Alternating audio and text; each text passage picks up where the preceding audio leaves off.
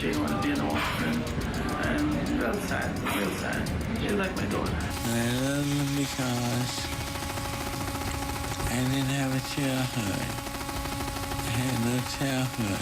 And she asked me, Dr. Murray, she said, you save a lot of patients, you know, you save people with heart attacks. You couldn't save my dad. I said, I tried my best. So Michael was murdered. He was a doctor. He had a role to play and a job to do. But she said, I know that, Dr. Murray, at least I know you tried your best. I know you tried your best, but I'm really sad. But we have a little hope. Little hope. You know, I wouldn't wake up in the morning and I wouldn't be able to see my daddy. Breaking news tonight at the Michael Jackson death trial as the prosecution shows graphic autopsy photos of the King of Pop. Good evening. I'm Jane Velez Mitchell coming to you live from Los Angeles. People broke down. They wept when they saw Michael Jackson's autopsy photo. Many Michael Jackson fans are very upset over this evidence. But it is evidence. It was shown at the trial, so we've decided to show it to you. But we want to warn you, we're going to only show it once and then for a very short period of time. So here goes. It's disturbing. Well, one of the photos shows a deceased Michael Jackson lying on a hospital gurney taken moments after the singer died. There's one more photo we're going to show you a little bit later in this newscast. Disturbing stuff, upsetting. You get a visceral reaction. Do you think Michael Jackson looked too thin, too frail? Paramedics who responded said they thought he was so thin that he might be a hospice patient. But apparently the doctor who did the autopsy for the coroner's office does not agree. Listen to how he described Michael Jackson. He was healthier than the average person of his age. He was 5'9" and weighed 136 pounds. Now, wouldn't that suggest Michael Jackson didn't have to die? That he was healthy? According to the coroner's office, also today we heard from the defendant's doctors. Dr. Conrad Murray's own lips about the very moment when Michael's children heard that their father was dead. Listen to what Dr. Murray told cops. They cried and cried and cried. Then his daughter uttered a lot of words of unhappiness, and she would live alone without her dad, and she wanted to be an orphan. And real sad. She's like my daughter. And I told her, you know, we will take care of her. And Miranda said that he would take care of her also. All right, so you kind of get the impression that Dr. Conrad Murray is a spin doctor. A lot of self-serving comments weaved into his conversation. I want to bring in famed attorney to the stars, Mark Garagos. Mark, you've been monitoring this trial, which is very complicated, which has some very upsetting evidence, and also some very emotional evidence, and also some very boring and dry evidence. It's a mishmash. Let's first start with the photo we just saw, this very disturbing photo, the autopsy photo. Which I wish you hadn't shown. I mean, in a lot of ways. I usually, in cases where I don't know the deceased, it's upsetting enough, and you kind of can get into the heads of the family. Here, I knew the deceased, and that's not an image that I think Michael would ever want. I know for a fact that the family would never want out there. It's disturbing evidence. All right, well, let me say this, Mark, and you and I love to spar a little bit. I say don't blame the messenger. This was a decision made by the prosecution to release this photo, to put it up in open court. We are covering the trial. We're basically the messenger of whatever it is that either side's delivering. They're thinking that this is compelling evidence. We've been debating for days whether or not they should show this photo, but for us to start essentially playing God with the court system and saying, well, we're going to show this piece of evidence, we're not going to show that, we showed it in a very, but the media already does that. That's such a cop-out. The media already, on sexual allegations of a sexual crime, they don't reveal the name, let alone pictures. They don't reveal the name of the complaining witness or the victim. There's no reason in the world that the media needs to play this. And frankly, I would wonder why both the prosecution and the defense didn't ask the judge to seal that and to not allow that to be out to the media. I've done that. Superior Court judges have been upheld on a ruling on that basis, and that's frankly what should have been done here. Well, Mark, I think you answered your own question, because it was within the power of the judge to say, we're going to show this, but we're not going to exhibit it to the public.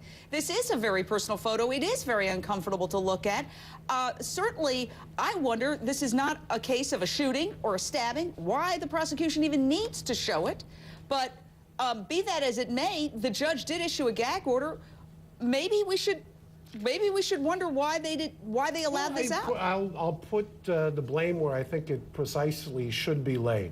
I think either the prosecution or the defense should have made a motion. I don't know if they did. Maybe they did and it was denied, but as far as I know, they did not, to not have that released, number one. And number two, as I said before, the media exercises restraint all the time in other situations with releasing names, with releasing pictures. They didn't have to do this.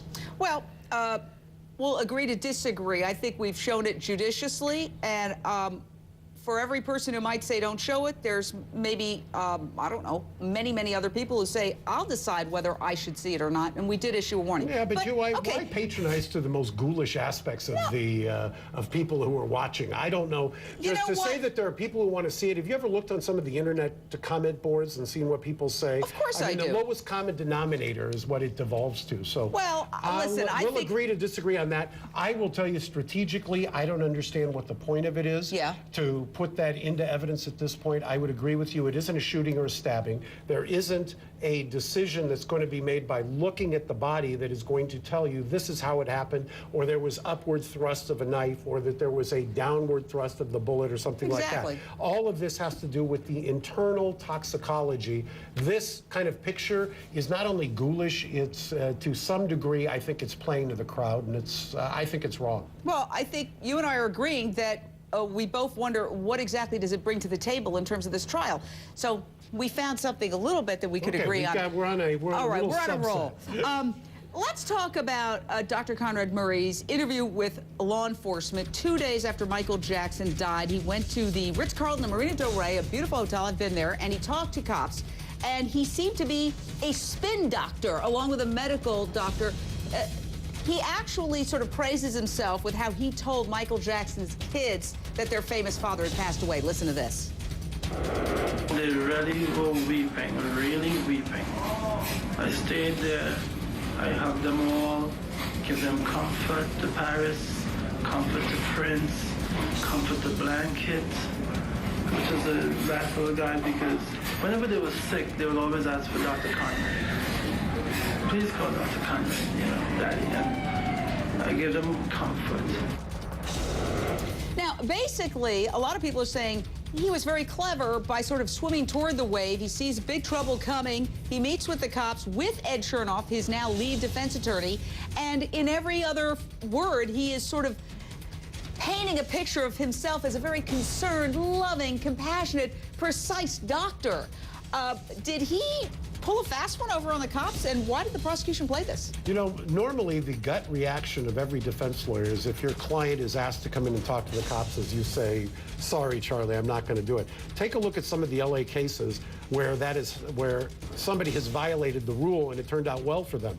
Robert Blake, you remember Harlan Braun resigned rather than let Robert Blake do that Barbara Walters interview. Right. They ended up playing the Robert Blake interview. He was acquitted. He was acquitted. They did the same thing when I had and Susan. he thanked Barbara Walters. And he thanked Barbara Walters because he didn't have to get on the stand and he didn't have to get cross-examined. I've had it happen with Susan McDougal. She went and did an interview with Diane Sawyer. They played it in Little Rock, the Office of Independent Counsel. We then, after played the excerpts, and it ended up, a lot of the jurors said that's why they acquitted her on obstruction. Yeah, so I honestly think that it probably wasn't the smartest idea for the prosecution to play this long interview with Phil. It's like testifying without having to be cross-examined. That's exactly right, and you and I have talked about this, but not for a week. I'm not so sure that the prosecution couldn't have done this case in about half the time, and they would have been better off just getting in and getting out. The longer this goes on, the worse it gets for the prosecution. I agree. It reminds me of making a dish, which I've done many times, and I add one too many spices. Never invited me over. Well, I will invite you over soon when I learn how to cook. But I mess up a lot of meals heels because I don't know when to stop. But I think it's the prosecution is sort of suffering from the same thing. Or as they say in the movie-making business, you have to learn to cut your scenes, and that's the hardest part, is to cut a scene that you've fallen in love with. There's a tendency in circumstantial evidence cases, which this clearly is, to over-try the case on both sides. And I think at this point, the prosecution is starting to lose whatever momentum they may have had. I kind of agree with you. Now, during Dr. Conrad Murray's interview with the cops, he reveals the odd nickname, Milk, that Michael Jackson used for his propofol. But the interesting thing about this is the police reaction. Check this out. He said, I'd like to have some milk. Milk? And about what time was this? He said, please give me some milk so that I can sleep, because I know that this is all that really works for me. Hot milk or warm or just... This is just a medicine Yeah, what that is... he was familiar with. What is the medicine It's called propofol. What you might not have been able to hear very clearly, the cops asked, Doctor, was it hot milk or cold milk? To me, that shows that the cops were really sort of behind the 8 ball at the start of this. They had a huge learning curve. They're not doctors. It reminds me of the Santa Barbara case with Michael, where the cops didn't really know what Jesus juice was at the beginning of the thing, too. So I guess Michael's made a step down from Jesus juice to milk. I don't know. No, but it sort of reminds me that this is all about medicine. And I think that everybody who thinks this is a slam dunk for the prosecution, every time we have a medical question, everybody huddles and we all disagree. Well, what does that mean? And where was this tube? And it's a lot in confusion. There can be reasonable doubt. Mark Garagos, thank you for coming on. It's Jane, always good to see you. Great to have you. I'll wait for that invitation to have your cook make a meal for me. Absolutely. When I get a chef, you'll be the first. Thank you. And it'll be a vegan dinner. Thank you. We're just getting started on everything Michael Jackson. We're going to talk next to the attorney for Michael Jackson's dermatologist, the one and only Arnie Klein's attorney, a name at the center of this huge controversial trial. Next. I think part of the reason that Michael had them there, whether it was legal or not, whether it was right or not, he was there. He should have been the guy to step in and help Michael when something went wrong. I don't believe Michael was administering the drug himself. What would he need the doctor there for if he was doing that?